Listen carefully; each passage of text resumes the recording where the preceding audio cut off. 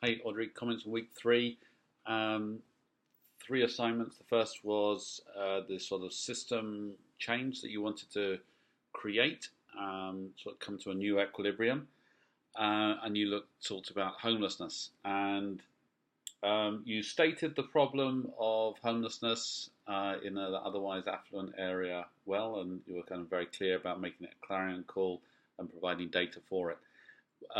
What wasn't so clear was what the system changed you wanted other than sort of building houses. Um, so I was trying to sort of get to you to think about, well, there are a bunch of forces that lead to, say, a problem, in this case, homelessness. What forces how can we kind of, change it around so that we don't actually, you don't actually end up with more people becoming homeless as prices rise? So what actually is the problem that's coming about? Is it you talk about it as if it's simply a lack of will power, and that may be your conclusion. The trouble is that that's a difficult kind of it's difficult to overcome that problem, isn't it? Right? Because then all you do is you go around saying you should care more, right? And then people start saying, well, I don't really want to hear you saying you should care more. Um, Whereas the option I'm kind of trying to get to is where can you think, well, actually, here's a program that will work, that will actually create some change, and that change will stick, be sustainable. You know, is it about how you finance houses locally? Is it about some kind of um, I don't know, building small houses sort of cheaply or something like that?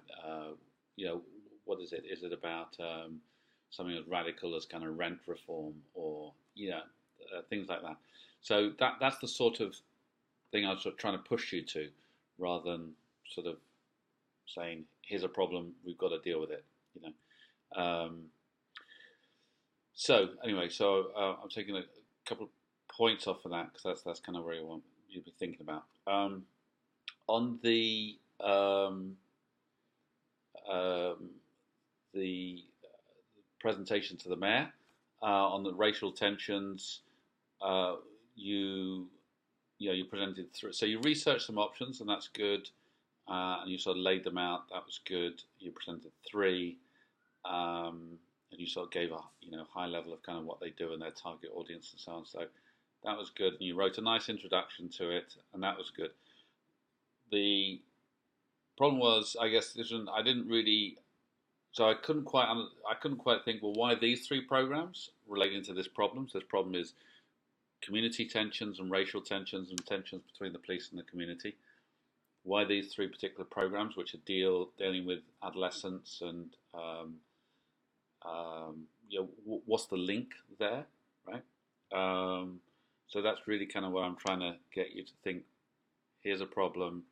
Someone's come, we said, need a solution. You've got to find a program that fits right in and is perfectly shaped to fit that jigsaw puzzle hole. Because if it's not perfectly shaped, it's gonna, one is people won't take it up, but two, it might not work, right? So how do you get something that really fits? So, and the third, you also didn't recommend something. So I was like, well, you know, if I was the mayor, I could look up some programs and pick one.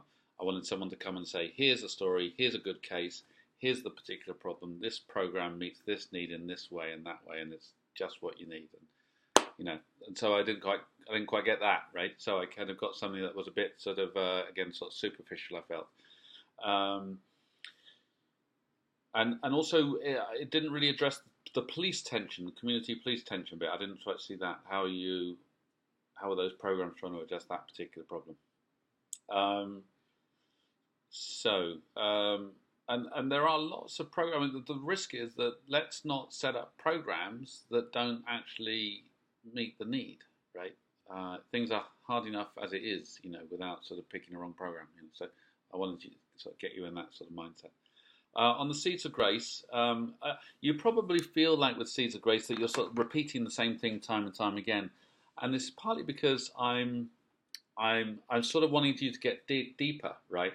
So, and let me phrase it this way: you come up with a quote that um, the the founder was inspired to sort of feed God's sheep, right? So it's like, okay, fair enough. There are how many ways of doing that, right? You could set up a food bank. You could study agricultural economics and move to Africa or something, or you could become a farmer in your own town. There are all sorts of lobby for about food prices, things like that. All sorts of ways you could do that. Set up a garden. It's like, okay, well, all right. So how do you? So I'm trying to follow the logic from feed God sheep, set up a garden, right? So, and there are two different models of thinking about how do non-profits set up. The first is the sort of one I'm presenting, which is there's an issue, here's a need, let's analyze this need, find a solution, and fill it. Right?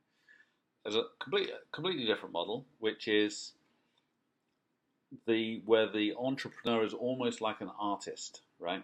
They are, I want to do something. This is what I'm going to do. I don't have to justify or explain to anybody any more than an artist has to justify or explain why they paint what they paint. That's what I'm going to do. I'm going to solve this problem this way, and there maybe is no sort of logic necessarily to it. Right? So that's an alternative one. The risk, of course, of the form of the latter is that you can end up, and the organization can end up really being about that person and what they're doing, and they're expressing themselves rather than solving the fundamental problem, right, and addressing the issue. So there are these sort of two extremes, or two very different ways of thinking about setting up a non-profit. So it seems to me that this one is sort of clearly on this side, the way I've been describing it. So I mean, it's these sorts of questions that I'm kind of curious. Like, okay, so why a garden? Why a garden there? Why was it thought out? Was it inspired? Was it opportunistic? Right. So I have an idea. Oh, here's an opportunity. I can fill it and meet it. This is often how non-profits are set up, and I sort of understand that. Part of the risk and the things that I want you to be thinking about is, well, when you start off down that road, where does the kind of the assessment come in? How do you know you're actually solving the problem and you're addressing the issue? Does that evolve with the program as the program evolves? Do you start over here, but you actually sort of shift? Actually, are we really doing it? Are we really doing what we thought we might be doing? Does it never come into place? And I know non-profits that it never happens because it's all about a charismatic leader with a vision, and that's what they do. And sort of the measurement or the assessment of it and whether they're solving the problem is sort of a secondary issue. And at the last week, we will look at whether this PDCA cycle kind of is the appropriate cycle, because there are some downsides to it as well. So I think you're feeling that you're repeating everything because you're sort of telling the same story time and time again. Because I'm kind of wanting to sort of get deeper, and I don't quite know what else to do other than say, can you dig deeper? Why this? Why A? Why why not B? Why not C? Why not D? What was the thinking? Was it just opportunistic? Come up with an explanation on that. Yeah. So I don't know if that helps. But